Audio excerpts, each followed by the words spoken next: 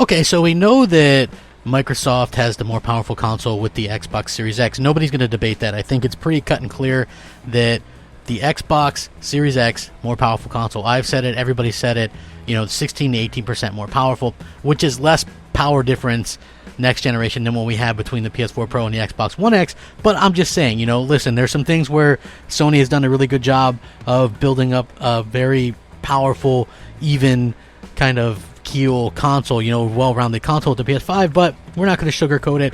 There probably will be some games that'll have some discrepancy between the PlayStation 5 version and the Xbox Series X version. I'd guess those would be smaller third parties, because I can imagine the big hitters like Ubisoft, Activision, those are going to have similar frame rates and resolutions across the board, just like this current gen. But there's a new rumor out there.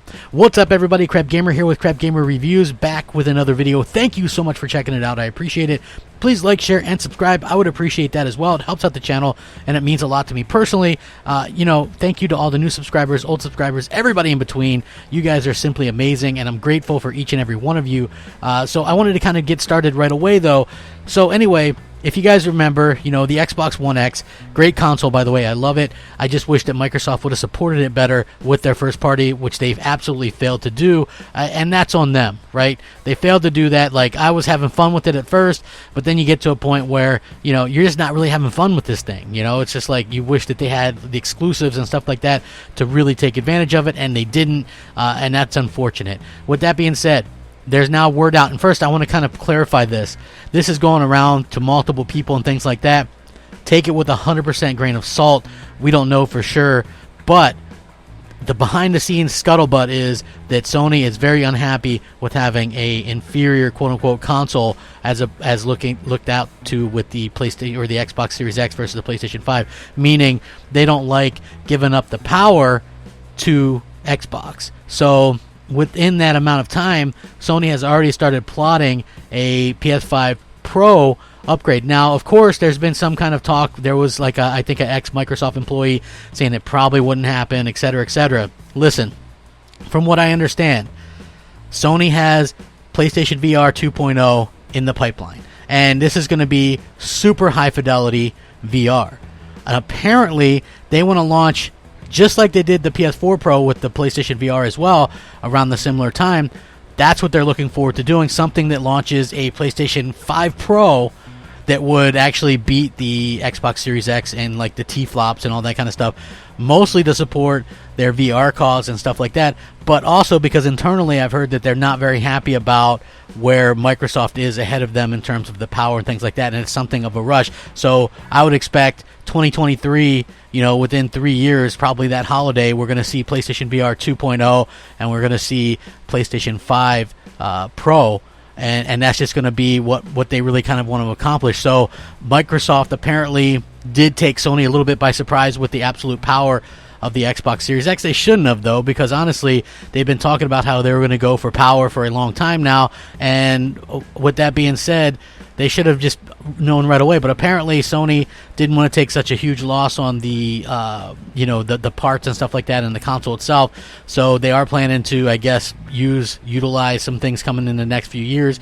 for a PlayStation 5 Pro. Unconfirmed at this time, but it would make a lot of sense that Sony would want to do that, and then what we could end up seeing is a price point that would actually really take advantage of what people are doing. So right now what I'm trying to say is, in 3 years time, a PS5 is probably going to go down $100, but you could still offer a Pro version where the PS5 had entered the market, so likely $499, just like Microsoft did with the Xbox Series X. Now you might go, well, what would stop Microsoft from doing that? Well, I don't know, I've asked around. I don't know for sure that Microsoft wouldn't do an upgrade, but it wouldn't make sense for a couple of reasons, in my opinion. Again, this is just me. First of all, I think the Series X is the upgrade, right? So supposedly Lockhart is the weaker thing. They're releasing 2 SKUs right at the same time, supposedly, right? So again, you're going to release 3 new SKUs within 3 years? Like, that wouldn't make sense to me, right? Like, yeah, Sony has 2 versions, one with a disc, one without, but they're the exact same thing minus a disc drive. So it doesn't make sense. Now, when it comes to Microsoft, they already have a very powerful console that's capable of doing a lot, so they wouldn't really need to upgrade. Besides that, they're not supporting this thing with exclusives for the first couple of years anyway. So basically, how would this be consumer friendly? You're not giving me anything exclusive that can't be played on the launch Xbox One from 2010, but yet you're for 2 years, and then in year 3 you're going to sell me the next gen mid-gen upgrade that finally plays exclusive. Like, people would be really pissed off about that. So yeah, that's why I desperately think that that's not going to be the case, and the rumblings and stuff that we're hearing about PlayStation doing it just tends to make a lot of sense. And again, I just feel like it does behoove Sony to possibly do that, just for the simple fact that, again, you could absolutely kind of maybe catch Microsoft by surprise. You could catch you could catch developers by surprise. Apparently, they've been in talks about the PS5 for a while, and that they've already kind of shifted focus towards a pro model. Again, it wouldn't be something that would probably... Here's basically what this would solve, okay? Much in the way that everybody used to talk about resolution with the Xbox One versus the PS4, right? 1080p versus 720p, all this kind of stuff. Well, when 2016 came about, with the announcement of the Scorpio, which would go on to be the One X, with even the announcement of it and the capabilities of doing 4K, all the resolution talk stopped. So even with an announcement of a PS4 or PS5 Pro, all that kind of power narrative stuff would stop. Even if, let's say, this thing is a huge failure and only sells 1 million copies or 1 million units, right? You still take away that narrative, because you then have the most powerful console, regardless of how many people are buying it. Look, like, people are jumping on the hype bandwagon for the Xbox Series X. But if there's a Lockhart, that's probably going to sell much more than the Series X. But the Series X gives fanboys that propaganda, oh, we've got the most power, despite the fact that probably it's going to be the least owned console. Just like with right now, they've totally discontinued the Xbox One X and the Xbox SAD. Why? Because they probably weren't selling very well. If you look at the total sales of Xbox One X, it's probably under 3 million units sold out of the 43 million total Xbox One sales. Maybe 2 to 3 million of those are One X's, right? The majority are probably One S's, and so they're still in production. The One S's are staying in production.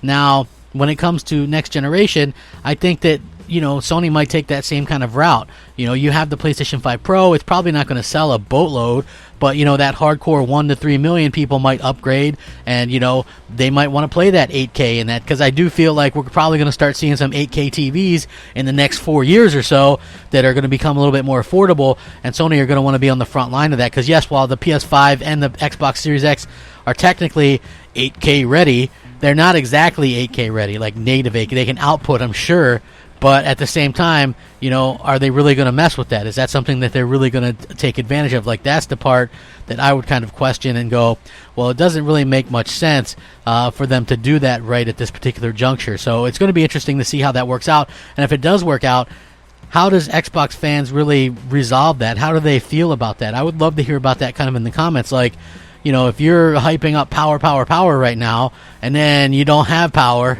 like, how's that going to make you feel, a couple years from now? Because obviously Sony would probably announce it, a bit later. Again, this is something that is just something that's going around and that I've heard. There's no way that I could let people know who told me this. It's to take everything with a grain of salt. Realistically, it just has to be that way. And, it's just the way it's got to be. Again, take it with a grain of salt. I'm not saying I 100% believe this.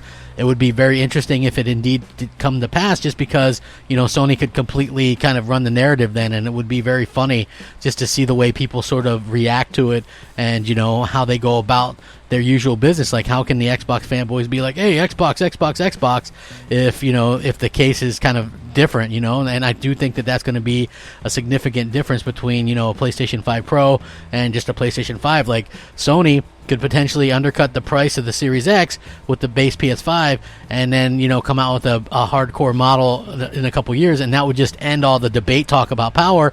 And then, at the same time, you're going to be able to have quite a difference in power and stuff like that. So yeah, I would love your guys' thoughts and opinions on this. What do you think about that? Apparently, again, Sony wasn't real happy with this, with the situation of being considered the less powerful console.